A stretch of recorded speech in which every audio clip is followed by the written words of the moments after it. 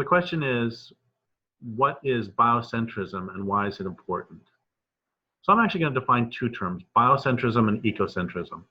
Biocentrism means that you are centered, what is central to your perspective is life. And ecocentrism means that what is central to you are what people call ecosystems and what I would call natural communities. So there's a distinction between those, and that biocentrism is like more connected to life generically, and ecocentric would be focusing on the larger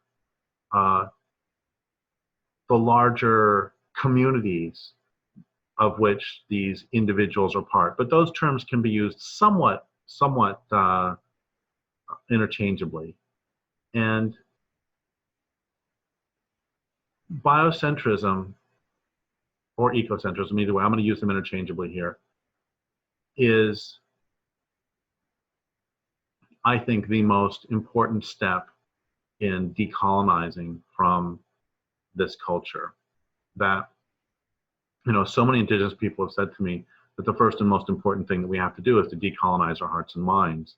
And for me, a central part of that decolonization is to unwrap and destroy the anthropocentrism and the really technocentrism that are central to this culture.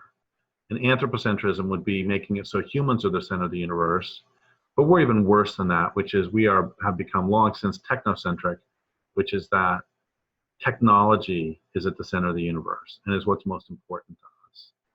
And I've said for decades that the important shift for us to make, at which point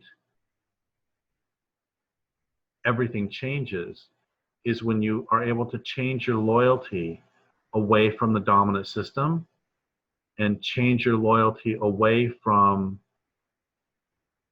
especially the technocentrism, but also even the the anthropocentrism, the human supremacism that hold us separate from everyone else, and make it so you transfer your loyalty away from this culture and to the real physical world, to the land where you live and to the land in general.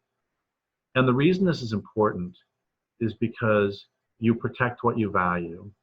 And if you value laptop computers and machines in general, and you value this culture more than you value the living planet, you will promote this culture at the expense of the living planet. And this is both omnicidal and ultimately suicidal. Because without a living planet, you don't have any culture whatsoever, which is why it has always been utterly clear to me that the only value that is sustainable is bio or ecocentrism. Because, again, without a forest, you don't have the people of the forest here. And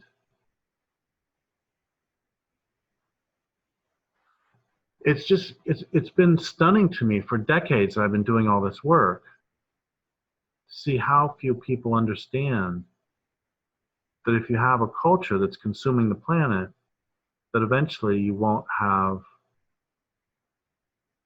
a planet, which means you won't have a culture. And even a lot of the mainstream environmentalists understand this to some level, because you get people like Naomi Klein or Bill McKibben talking about the need to save civilization. And just David Attenborough the other day said that civilization is going to come down because of what this culture is doing to the planet. And that has always been a stark statement of where their preference really lies, that what they're worried about is the death is not the death, the end of this culture. Oh, civilization. It's like, no, actually, the oceans could be dead. No, it's the grasslands could be dead. It's the earth could be dead. And part of this problem goes far beyond philosophy, and it goes to how we live. Because one of the things that any abusive system must do in order to be a successful abusive system is it must deprive its victims of their access to a larger social culture and also to means of support.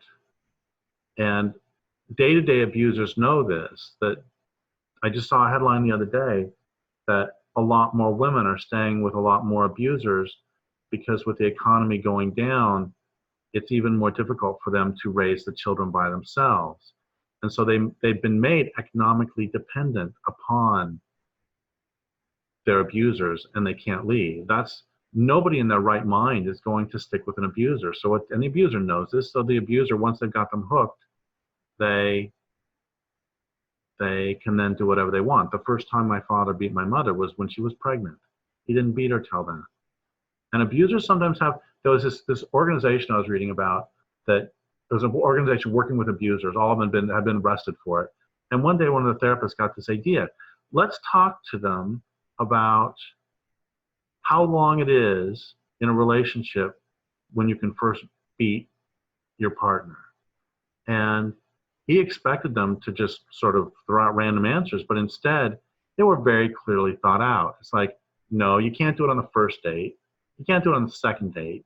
You can't do it until they are so emotionally, economically, physically invested, then you can do it because you got them hooked. And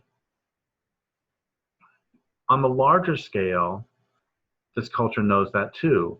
The laws of apartheid were written because those in power knew that they couldn't get enough workers for the mines, and the local people they were subsistence farmers and subsistence grazers, which means they didn't have a cash economy. So what the owners of the mines and the government did is to pass laws making it so that people had to pay poll taxes, hut taxes, dog taxes, which means that they had to get cash to pay their hut tax, which means that somebody's got to go in the mine for it. And likewise, there was a Southern pro-slavery philosopher who said to his Northern abolitionist buddy, this was back in the 1830s, if we could arrange social conditions like you've got them up there, we would release the slaves immediately, because there are social conditions in which it's in the slave owner's best interest to own the slaves or not own the slaves. And it all has to do with access to land. Because if you have a lot of people, if you have not many people and a lot of land, then people have access to land, which means they have access to food, clothing, and shelter, which means they have access to self-sufficiency, which means they're not going to go to work for you unless you can enslave them. On the other hand, if you got a lot of people and not much land, then you don't have to own them because they don't have access to land, which means they don't have any other options. And what I'm going with all this is that one of the reasons this culture is killing the planet is because our lives and social systems have been set up such that our food comes from the grocery store and our water comes from the tap. The system has inserted itself between us and life. And so on a very physical level, we become technocentric. We become grocery store centric as opposed to river centric. Because if your life depends on the grocery store and the tap, you'll defend to the death the system that brings those to you. If, on the other hand, your food comes from the land and your water comes from the river, you'll defend to the death those. And so my point is that the most important thing we can do is to switch our loyalty over to the land. And the problem is that that's very difficult because we have several thousand years worth of inculcation on every level, from the Bible telling us that humans are superior to science telling us that humans are superior, except that it can't quite do that so much anymore because the means of measurement of science have become sensitive enough that it can figure out that yes, trees are in fact talking. But in any case, everything in this culture is aiming us toward believing that humans are special, humans are to be an anthropocentric or a technocentric perspective.